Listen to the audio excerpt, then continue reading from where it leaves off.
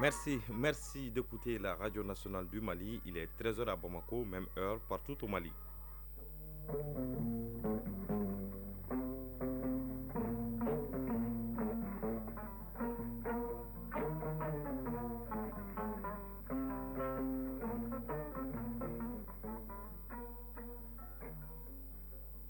Le journal Bemba Sibi. Bonjour et bienvenue. Tout de suite, les titres. À la une de ce journal, le centre de santé de référence de Fana, un bon élève en matière de prise en charge des personnes vivant avec le VIH-Sida, a reçu la visite de 5 membres du gouvernement venus féliciter et encourager le personnel soignant de l'unité.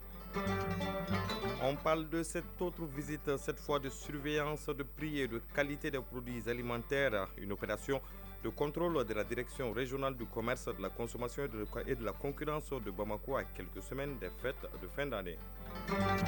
Nous irons à Sikasso pour parler du programme d'appui à l'éducation non formelle de Helvetas Suisse Intercoopération qui a transformé la vie de plus de 44 600 bénéficiaires directs et indirects en matière d'alphabétisation, de formation qualifiante ou de pédagogie du texte dans les régions de Sikasso, Bougouni, Koutiala, Mopti et Tombouctou.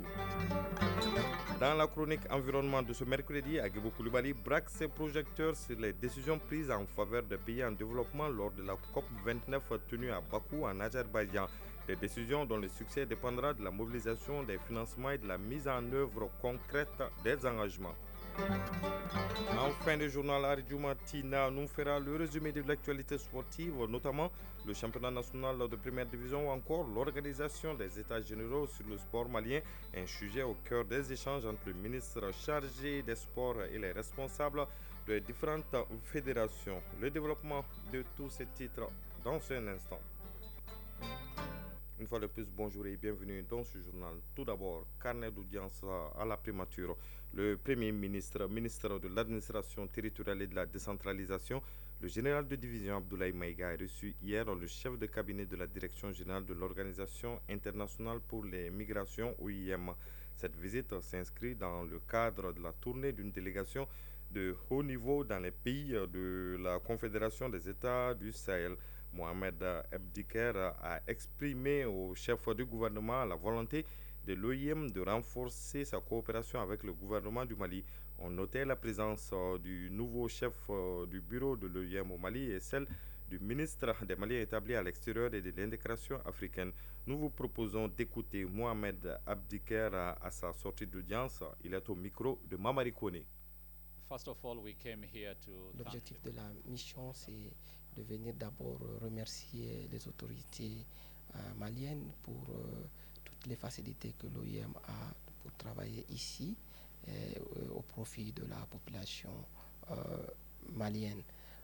Mais également, il est venu ici dans le cadre d'une mission qui va le conduire dans les 3 pays des États de l'Alliance du Sahel. Et étant donné que le Mali assure actuellement la présidence des États de l'Alliance du Sahel, donc il est important de commencer cette visite par le Mali. L'OIM est une organisation qui travaille sur les 3 piliers de Nexus, qui est humanitaire, développement, paix. Et donc à ce titre, l'OIM collabore et travaille avec différents ministères.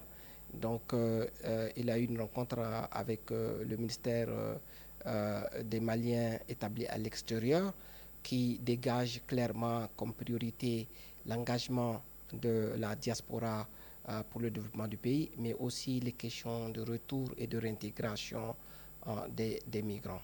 On a eu une réaction très positive de son Excellence Monsieur le Premier ministre qui a encouragé l'OIM à continuer à travailler dans ce sens de co-création avec les différents ministères clés et de s'assurer que les différentes feuilles de route qui ont été mises en place, qu'on travaille dans ce sens. Donc les réactions du Premier ministre ont été très positives. En marge de la cérémonie de lancement du mois de lutte contre le sida, les membres du gouvernement se sont rendus au CCRF de Fana, un bon élève en matière de prise en charge des personnes vivant avec le VIH-Sida. Il s'agit à travers cette visite des ministres de féliciter et d'encourager le personnel soignant de l'unité de soins d'accompagnement et de conseil des personnes vivant avec le VIH-Sida.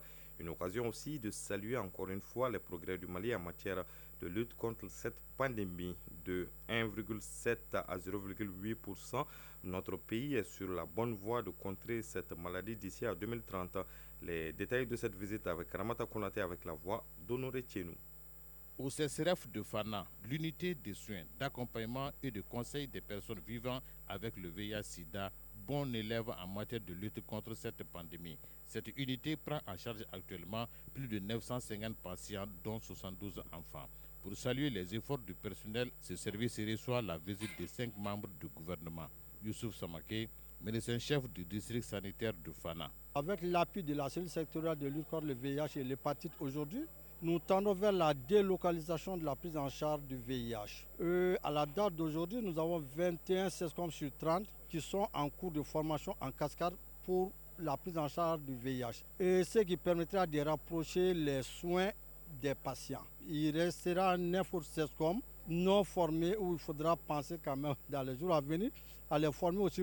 Colonel Assa Badjalo Touré, ministre de la Santé et du Développement social. Fana fait partie des zones qui étaient un peu touchées et aujourd'hui avec le médecin on vient de voir qu'il y a plus de 955 patients dont file active dont 72 enfants et le travail se fait bien donc tout ça c'est déjà une bonne chose.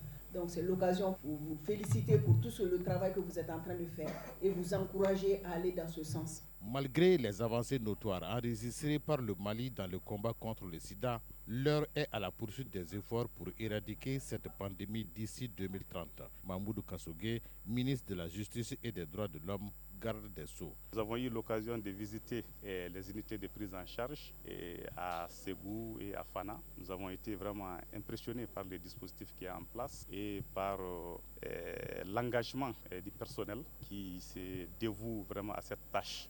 En conjuguant nos efforts, que nous viendrons à bout de ce phénomène. Cette visite ministérielle réconforte le personnel soignant du CCRF qui s'est dit galvanisé dans son travail de tous les jours. Ségou, Ramata Konaté et Karamoko Traoré avec la voix de Honoré Tienou pour l'ORTM.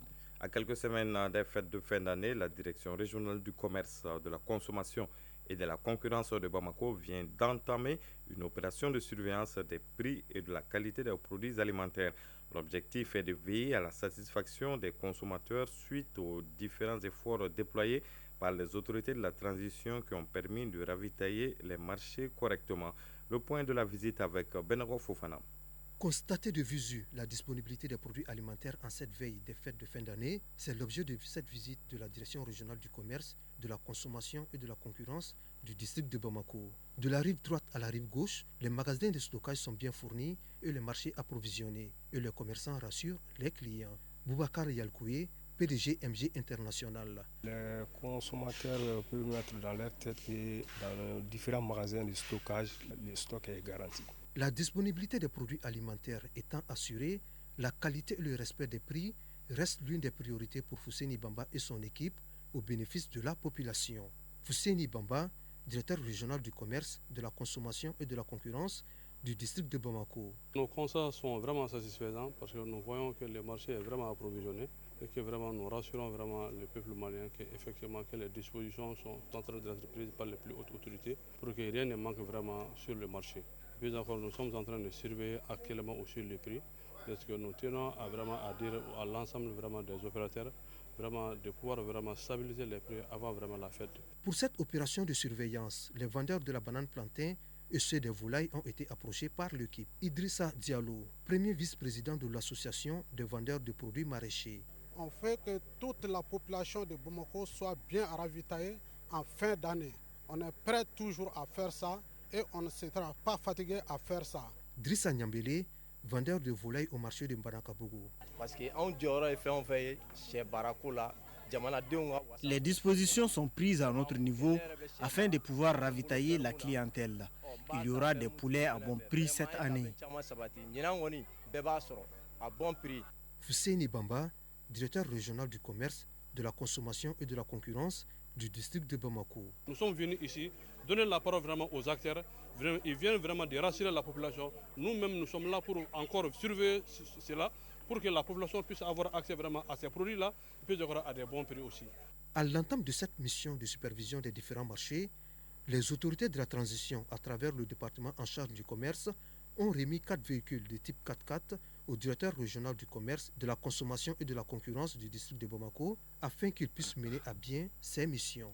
En troisième région, le programme d'appui à l'éducation non formelle de Helvetas Suisse Intercoopération aura transformé la vie de plus de 44 600 bénéficiaires directs et indirects en matière d'alphabétisation, de formation qualifiante ou de pédagogie du texte dans les régions de Sikasso, Bougouni, Koutiala, Mopti et Tombouctou.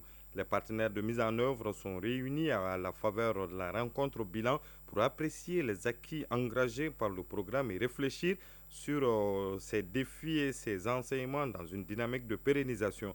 Le point de la rencontre avec Moussokoro Sirimi. En 13 années de mise en œuvre, le programme d'appui à l'éducation non formelle a su adapter ses activités aux besoins de ses bénéficiaires à travers la promotion de l'éducation de base des enfants, la formation et l'insertion socio-économique des jeunes et des adultes par des approches innovantes, équitables et inclusives. Un programme démarré en 2011 et exécuté en 3 phases par le consortium Helvetas Suisse Intercoopération et Centre international d'expertise et de formation. Célestin Dabili, directeur pays de Helvetas Mali. On a 12 000 enfants qui ont été réinsérés à l'école. Nous avons plus de 20 000 enfants et jeunes, surtout, qui ont été formés. Nous avons formé les formateurs au Burkina et nous avons continué leur formation ici au Mali. Des résultats tangibles qui auront contribué à paver la voie d'un avenir où l'éducation non formelle continuera à jouer un rôle fondamental dans le développement des communautés. Et cette rencontre bilan regroupe les parties prenantes des zones d'intervention de Sikasso, Bougouni et Koutiala. Khalifa Koulibaly, maire de la commune rurale de Mpensoba. À Mpensoba, il y a les 3 centres qui sont là-bas, les centres petits. Les jeunes aujourd'hui sont organisés en société coopérative. Et nous sommes en train de voir comment les encourager au moins pour la présentation. Ibrahim Mahaman, conseiller au gouvernorat de Sikasso. Ce programme est en phase avec l'objectif global du cadre stratégique pour la relance économique et le développement durable, qui est assurer le droit des citoyens à une éducation et une formation de qualité à travers un système éducatif inclusif, mieux adapté, cohérent et fonctionnel. Le programme d'appui à l'éducation non formelle, qui s'achève définitivement en 2024, est financé par le Bureau de la coopération suisse au Mali à hauteur de 10 milliards de francs CFA. Le défi à relever pour les acteurs de mise en œuvre est comment mettre à échelle les acquis engagés dans les PDSEC et leur incorporation dans les programmes scolaires. Sikasso, Moussokoro Sereme et Taïrou Konate pour l'ORTM. Parlons à présent de la célébration de la Journée internationale des personnes handicapées qui se tient le 3 décembre depuis 1992. L'initiative des Nations Unies vise à promouvoir les droits des personnes vulnérables, en particulier les personnes handicapées, à travers la célébration de cette journée. Le point de cette célébration avec Fantama Magnantao. La Journée internationale des personnes handicapées est célébrée au Mali par la Fédération malienne des associations de personnes handicapées et ses organisations de base avec l'accompagnement de l'État, des partenaires et des bonnes volontés. Elle vise à promouvoir la compréhension des situations de handicap et à mobiliser le soutien pour la dignité, les droits et le bien-être des personnes en situation de handicap. Le thème retenu cette année est « Amplifier le leadership des personnes en situation de handicap pour un avenir inclusif et durable ». Madame Djigini Atoumagakou, présidente de la Fédération malienne des associations de personnes handicapées. Depuis 1992, les États parties des Nations Unies ont proclamé la journée du 3 décembre, Journée internationale des droits des personnes handicapées, et ratifiée en 1994 par le Mali. Mais jusqu'à présent, cette journée n'est pas institutionnalisée, à l'instar de plusieurs journées. Les personnes vivant avec un handicap demandent l'institutionnalisation du 3 décembre au Mali. Les agences du système des Nations Unies au Mali et les acteurs de la santé sont engagés pour la promotion et l'autonomisation des personnes handicapées. Kassim Djani, coordinateur humanitaire par intérim des Nations Unies au Mali. Le système des Nations Unies et ses partenaires s'engagent à veiller à ce que les personnes handicapées ne soient pas laissées pour compte, mais qu'elles soient activement impliquées dans la construction de l'avenir. Adama Djamoutene, représentant du ministre de la Santé et du Développement social. Le ministère de la Santé et du Développement social réaffirme ici son engagement à contribuer au renforcement de la dynamique enclenchée avec l'ensemble des acteurs en vue de mettre en place des mécanismes de suivi et de coordination, d'assurer l'intersectorialité et garantir l'approche multipartite et échelonnée sur toute l'étendue du territoire national. Œuvrons ensemble pour la prise en compte de la dimension handicap dans tous les projets et programmes de développement. Pour rappel, la Fédération malienne des associations de personnes handicapées bénéficie depuis 2022 de l'appui du Fonds des Nations Unies pour la population pour l'organisation de la journée du 3 décembre. À présent, l'actualité hors de nos frontières au Sénégal, le ministre de la Communication Alioune Sall a dévoilé hier la liste provisoire des médias conformes aux dispositions du Code de la presse. 112 médias parmi les 380 ont été jugés conformes à ce code.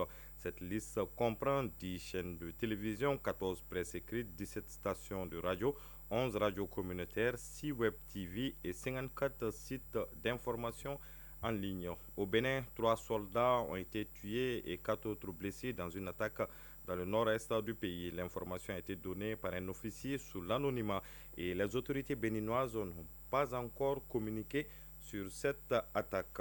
En Angola, le président américain Joe Biden a promis hier une nouvelle aide humanitaire à l'Afrique d'une valeur de plus de 620 milliards de francs CFA. C'était lors de sa visite de 3 jours à Luanda.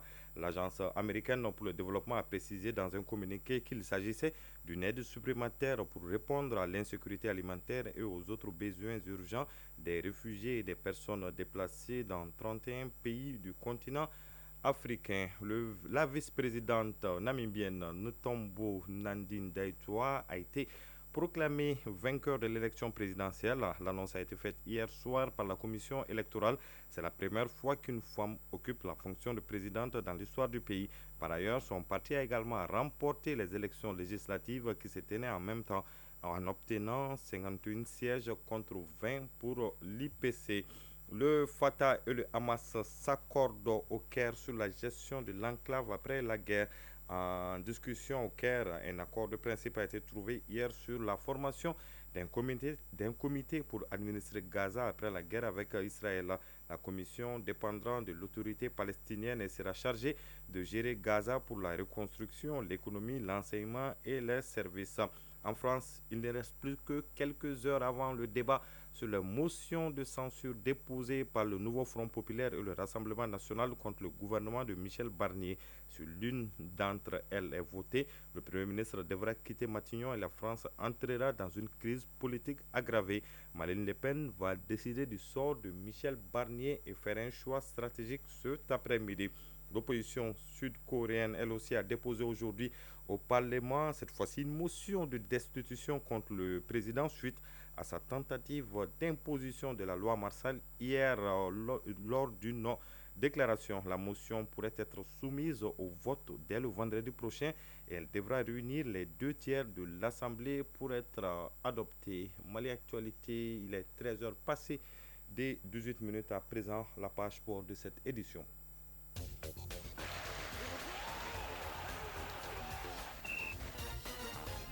En sport, nous allons parler du transfert d'abord du défenseur international malien Mamadou Fofana qui s'est engagé avec le club New England Revolution qui est à Boston aux États-Unis. Il sera également question du championnat national de première division. Le Djeliba AC s'est imposé hier devant Étoile du Mandé. L'organisation des États généraux sur le sport malien était au centre des échanges entre le ministre en charge des sports et les responsables des différentes disciplines sportives. Le résumé de l'actualité sportive, c'est avec Aridou Matina. Football mini-tournoi au Maroc des sélections féminines du Maroc, du Mali et du Botswana. Hier, la compétition a pris fin par la rencontre Maroc-Mali. Les Aigles dames battus lors de leur première rencontre dans ces tournois 1-0 par le Botswana s'y sont encore inclinés hier par ces mêmes scores face aux Marocaines. Signalons que ces mini-tournois servaient de préparation pour notre sélection nationale féminine qualifiée pour la prochaine phase finale de la CAN féminine en 2025 au Maroc. Lors de cette CAN, le Mali sera logé dans le groupe C en compagnie de la Tanzanie, de l'Afrique du Sud et du Ghana. Au plan national, l'avant-dernière rencontre de la 10e journée du championnat national Ligue 1 professionnel a été jouée hier mardi. L'Étoile du Mandé qui recevait le Djoliba Athletic Club au stade Mamadou Konaté s'est incliné 2-1. Dans le cadre des réformes au sein de son département, en vue d'insuffler une nouvelle dynamique à notre sport et permettre à nos différentes disciplines sportives de pouvoir y réaliser des performances, le ministre en charge des sports a rencontré les responsables des 52 fédérations reconnues par son département pour échanger sur l'opportunité d'organiser des états généraux car notre sport reste confronté à d'énormes problèmes, notamment le financement. Abdul Kassim Ibrahim Fomba, ministre en charge des sports. L'idée, c'est qu'on ait un document accepté par l'ensemble des acteurs du milieu sportif, qui serait, nous, aujourd'hui, notre document de bataille.